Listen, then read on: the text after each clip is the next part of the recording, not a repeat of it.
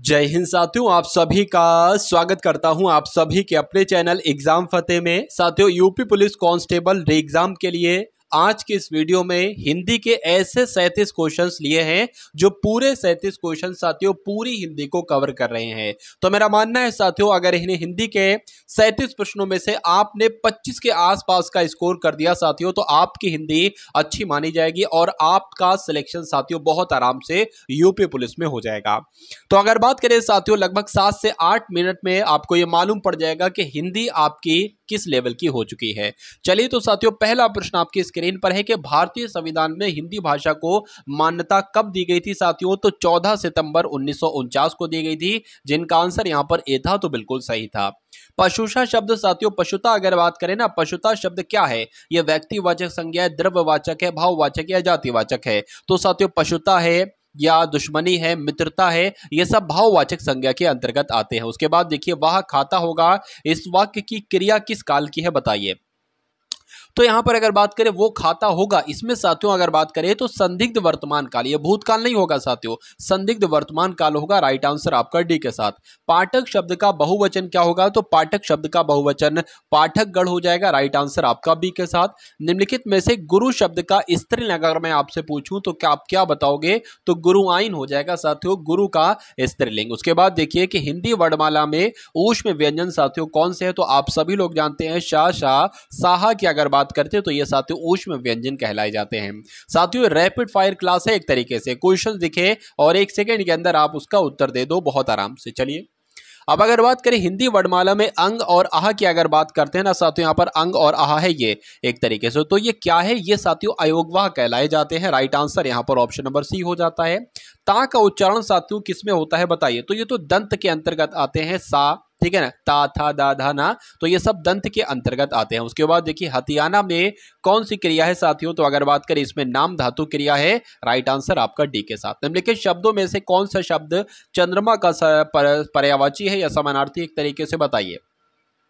तो चंद्रमा को इसमें से इंदु भी कहा जाता है, इसलिए सही जवाब आपका ए के साथ जाएगा। प्रस्तुत विकल्पों में से लोकोक्ति को पहचानिए, यानी कि इसमें से लोकोक्ति कौन सी है? तिल का लड्डू बनाना, घाट घाट का जूस पीना गलत है, तिल का लड्डू बनाना गलत है, तिल का पहाड़ बनाना होना चाहिए, टेढ़ी उंगली से अचार नहीं निकलता साथियों ये भी गलत है, घी होना चाहिए, आ बैल मुझे मार, ये लोकोक्ति बिल्कुल सही है। सही है तो यही आपका राइट आंसर है। उसके बाद देखिए कबीर कल बहुत सुंदर दिख रहा था, उपयुक्त वाक्य में रेखांकित शब्द व्याकरण की दृष्टि से साथियों क्या है? तो सुंदर के बारे में आपसे पूछा जा रहा है कि ये सुंदर क्या है। देखिए सुंदर की अगर बात करें तो कबीर के बारे में बताया जा रहा है कि कबीर सुंदर दिख रहा था, यानी कि कबीर की विशेषता बताई जा रही है। जो शब्द से विशेषता बताई जाती है वो आपका विशेषण होता है, आप सभी लोग जानते हैं। चलिए उसके बाद देखिए साथियों अगला प्रश्न है कि आमरण शब्द के प्रारंभ में लगे बड़ा आ को व्याकरण की दृष्टि से क्या कहा जाता है? तो ये तो साथियों उपसर्ग कहलाया जाता है, जिनका आंसर यहाँ पर बी तो बिल्कुल सही। साथियों मेरे बताने से पहले आपको आंसर बताना है। दूर के ढोल सुहाने लगना, इस मुहावरे का मतलब क्या होता है बताइए? तो ढोल की ध्वनि दूर से ही अच्छी सुनाई पड़ती है? नहीं। अनदेखी वस्तु भाना, बिल्कुल साथियों, यानी कि दूर के ढोल सुहावने लगने का मतलब होता है अनदेखी वस्तु भाना। उसके बाद देखिए सुषुप्ति का विलोम क्या होता है? तो सुषुप्ति का विलोम की अगर बात करें तो जागृति होता है। राइट आंसर आपका डी के साथ जाएगा। उसके बाद देखिए अगले नंबर का प्रश्न है साथियों कि रेखांकित अक्षर वाले शब्द का विपरीत अर्थक बताइए, यानी कि अनुकूल का विलोम क्या होगा साथियों बताइए? तो अनुकूल का विलोम प्रतिकूल होता है। राइट आंसर आपका ए के साथ। बलराम का पर्यायवाची इसमें से क्या होगा? तो बलराम को साथियों बलभद्र भी कहा जाता है। क्या कहा जाता है? बलभद्र भी कहा जाता है, इसलिए सही जवाब आपका ऑप्शन नंबर ए हो जाता है। चलिए उसके बाद देखिए दिए गए वाक्य में एक रेखांकित शब्द है, उस शब्द में प्रयुक्त उपसर्ग किस कोटि का है चिन्हित कीजिए। विद्यालय का उप प्रधानाचार्य जिम्मेदार व्यक्ति होता है, तो जो उप प्रधानाचार्य आया है ना साथियों, इसमें आपसे कुल मिला के पूछा जा रहा है, बताइए। चलिए उस शब्द में, यानी कि इस शब्द में जो उपसर्ग है, उप जो उपसर्ग है ना, उप जो उपसर्ग है ये आपको बताना है कैसा है। तो ये अगर बात करें ये तत्सम उपसर्ग है, जो आपका उप आया ना यहाँ पर उप प्रधानाचार्य में, तो ये उपसर्ग कैसा है? ये तत्सम उपसर्ग है।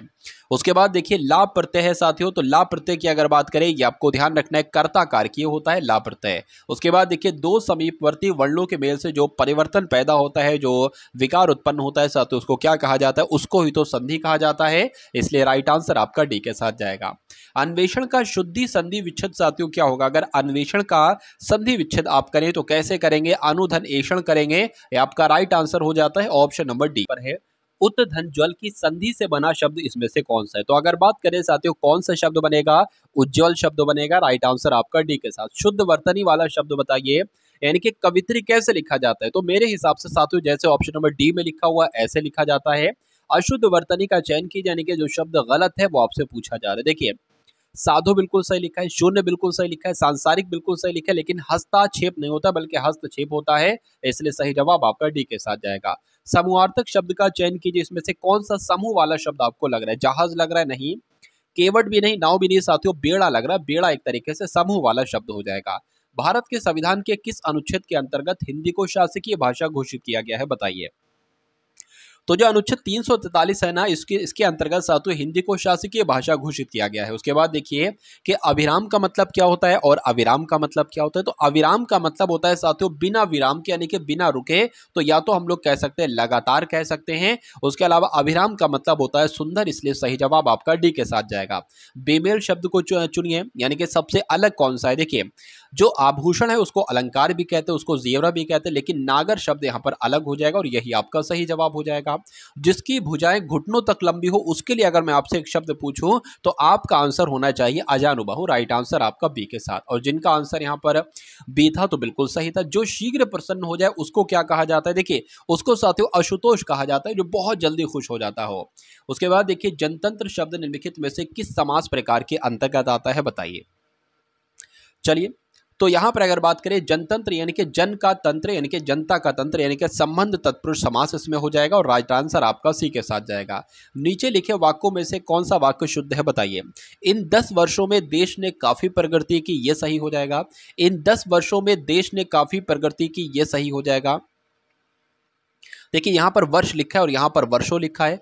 इधर 10 वर्षों में ये गलत हो जाएगा, ये भी गलत है और ये भी गलत हो जाएगा, क्योंकि इन 10 वर्षों में देश ने काफी प्रगति करना है, गलत हो जाएगा। तो कुल मिला के आंसर आपका जो जाएगा वो ऑप्शन नंबर ए के साथ जाएगा। जो भाव मन में केवल अल्पकाल तक संचरण करने चले जाते हैं, उनको साथियों क्या कहा जाता है? तो उनको संचारी भाव कहा जाता है। ये आपके एग्जाम में क्वेश्चन बन सकता है। निम्नलिखित पंक्तियों में कौन सा रस है? एक और अजगरही, लकी एक और मगर आए, विकल बटोही बीच में परियो मूर्छा है। तो इसमें साथियों कौन सा रस है? अगर मैं आपसे पूछूं तो इसमें भयानक रस है, क्योंकि अजगर जैसी बातें यहां पर चल रही है तो भयानक रस ही होगा। कुंडलिया छंद किन दो छंदों से मिलकर बनता है साथियों? बताइए। तो दोहा और रोला से मिलकर बनता है साथियों ये कुंडलिया छंद, इसलिए सही जवाब आपका बी के साथ जाएगा। चारू चंद्र की चंचल किरणें खेल रही हैं जलथल में, इसमें आपको बताना है अलंकार कौन सा है। तो इसमें साथियों अलंकार कौन सा है? इसमें अनुप्रास अलंकार है, क्योंकि चा चा चा वर्ण की आवृत्ति हो रही है।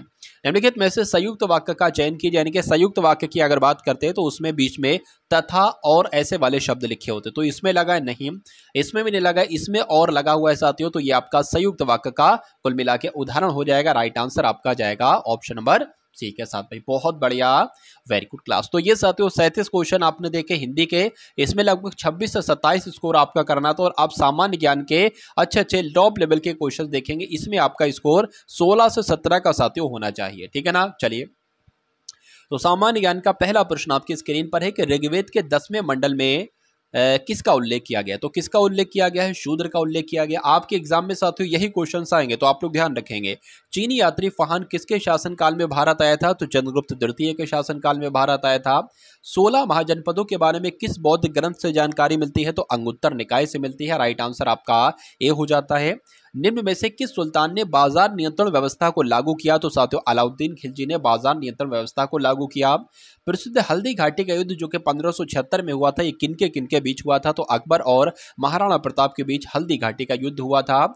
ललित कला अकादमी की स्थापना साथियों कब की गई? तो 1954 में। आप लोग ध्यान रखेंगे, ललित कला अकादमी की स्थापना की गई। और उस्ताद बिस्मिल्लाह खां का संबंध किस वाद्य यंत्र से है? तो ये शहनाई वादक हैं साथियों बिस्मिल्लाह खां। उसके बाद देखिए, निम्नलिखित में से कौन सा युग्म सुमेलित नहीं है? बताइए। देखिए, हरिप्रसाद चौरसिया बांसुरी वादक हैं, सही। अमजद अली खां सरोद वादक हैं, बिल्कुल सही। निखिल बनर्जी सितार वादक है, लेकिन शिव कुमार शर्मा की अगर बात करते हैं तो ये संतूर वादक हैं। तो कुल मिला के डी वाला सही नहीं है और डी वाला आपका बिल्कुल सही जवाब हो जाता है। अंधकारमय महाद्वीप किसे कहा जाता है? तो साथियों अफ्रीका महाद्वीप को अंधकारमय महाद्वीप कहा जाता है। रोम शहर किस नदी के किनारे पर बसा हुआ है? तो साथियों टाइबर नदी के किनारे पर बसा हुआ है रोम।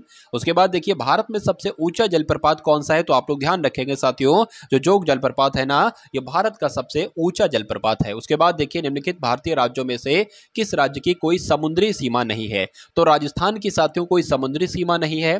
भारत में राष्ट्रीय आय का आकलन पहली बार किसने किया था? तो पहली बार अगर बात करना है साथियों किसने किया था? दादा भाई नौरोजी के द्वारा किया गया था।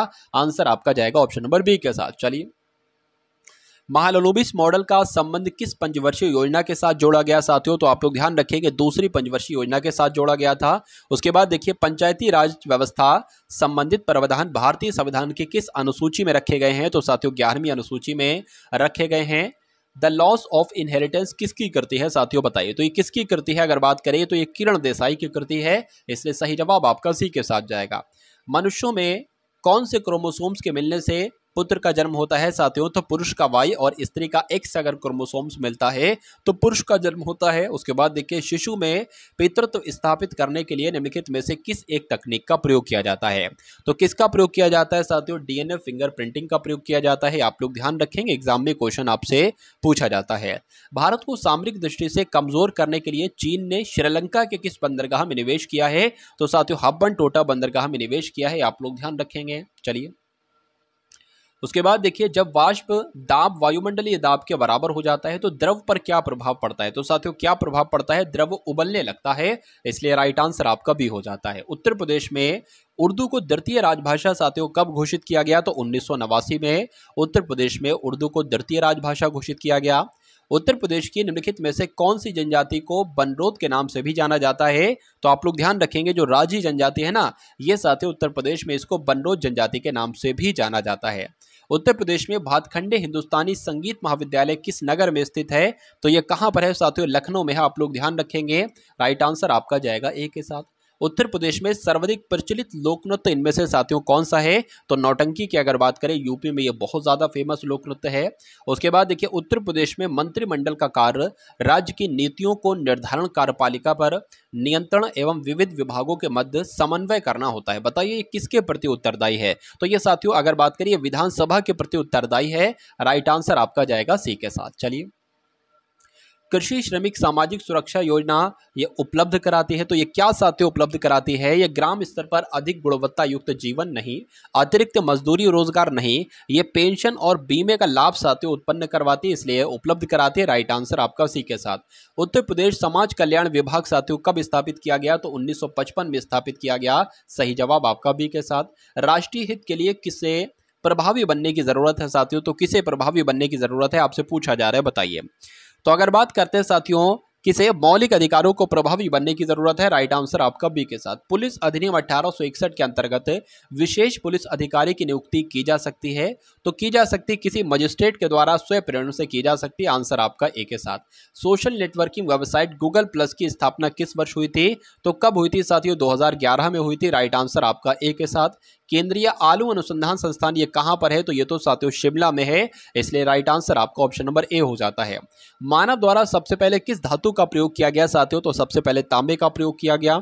उसके बाद देखिए, दीवान अमीर को ही विभाग की स्थापना किस सुल्तान ने की? तो आप लोग ध्यान रखेंगे साथियों, ये मोहम्मद बिन तुगलक के द्वारा दीवान अमीर को ही विभाग की स्थापना की गई थी। चलिए, किस शासक की मंत्रिपरिषद को अष्टप्रधान की संज्ञा दी गई थी? तो जो शिवाजी की मंत्रिपरिषद थी ना, इसको साथियों अष्टप्रधान कहा जाता था। सती प्रथा का अंत और ठगी प्रथा को समाप्त करने का श्रेय साथियों किसको दिया गया? तो आप लोग ध्यान रखेंगे, ये काम किसके द्वारा किया गया साथियों, बताइए। चलिए, तो ये विलियम बेंटिक के द्वारा किया गया। राइट आंसर आपका जाएगा डी के साथ। राज्यालय हड़प नीति ये किसके द्वारा लागू की गई? तो ये तो डलहौजी के द्वारा साथियों लागू की गई। राइट आंसर आपका सी के साथ। मुद्रा राक्षस नामक पुस्तक के लेखक कौन है? तो मुद्रा राक्षस नामक पुस्तक के लेखक साथियों विशाख दत्ते हैं। राइट आंसर आपका ए के साथ। उसके बाद देखिए, कला की राजधानी और पहाड़ी शैलियां किसके लिए जानी जाती हैं? तो ये साथियों चित्रकला के लिए जानी जाती हैं, इसलिए राइट आंसर आपका जो जाएगा वो ऑप्शन नंबर डी के साथ जाएगा। भाई बहुत बढ़िया, वेरी गुड क्लास। तो ये साथियों हिंदी के आपने देखे 37 क्वेश्चन और सामान्य ज्ञान के आपने देखे 38 क्वेश्चन, कुल मिला के 75 प्रश्न आपने यहाँ पर देखे। और आपका स्कोर कैसा रहा? मैं उम्मीद करता हूँ साथियों आपका स्कोर बहुत शानदार रहा होगा। उसके अलावा अगर बात करें साथियों, आपके लिए एक प्लेलिस्ट आपको दी जा रही है जिसका लिंक आपको डिस्क्रिप्शन में मिल जाएगा। मेरा मानना है उस प्लेलिस्ट की हर एक वीडियो को अगर आप देख लेते हैं तो आपकी तैयारी आसमान छू लेगी एकदम। यानी कि अगर साथियों आपने वो काम कर लिया तो एग्जाम आपका पास रखा हुआ है और रैंकर्स की श्रेणी में आप बहुत आराम से आ जाएंगे। तो इस वीडियो को प्यार दीजिएगा, लाइक कीजिएगा, वीडियो को शेयर कीजिएगा और डेली इस टाइप की एक क्लास होती है आपके एग्जाम फतेह चैनल पर। तो मेरा मानना है साथियों, अगर उसको लेंगे तो एग्जाम की तैयारी आपकी बहुत शानदार हो जाएगी कुछ ही क्लासेस में। तो इस वीडियो को शेयर कीजिएगा साथियों। मिलते हैं हम सभी लोग आने वाली वीडियो में। जय हिंद साथियों।